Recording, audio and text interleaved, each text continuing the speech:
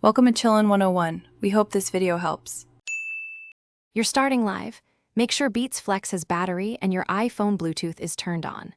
First, power the Beats Flex on. Press and hold the power button until the LED or voice prompt signals pairing mode. On the iPhone, open Settings, then Bluetooth so the device list is visible. Keep the screen unlocked. This immediate pairing step places the headphones in discoverable state. Once you see the light or hear the chime, move to the iPhone to select the device name in the list and begin pairing. Once the Beats Flex appears under other devices on the iPhone, tap its name to initiate pairing. You might see a system prompt, accept it, and wait for the status to change to connected.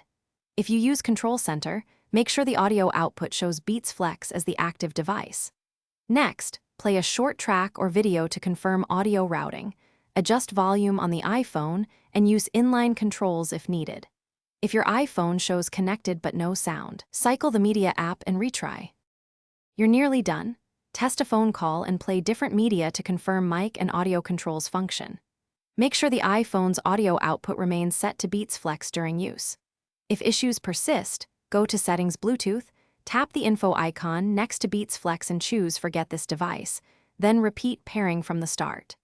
If that fails, perform a headset reset by holding the power button for about 10 seconds until the LED behavior changes. Then re-enter pairing and try again. Thanks for watching. Consider subscribing if we helped you.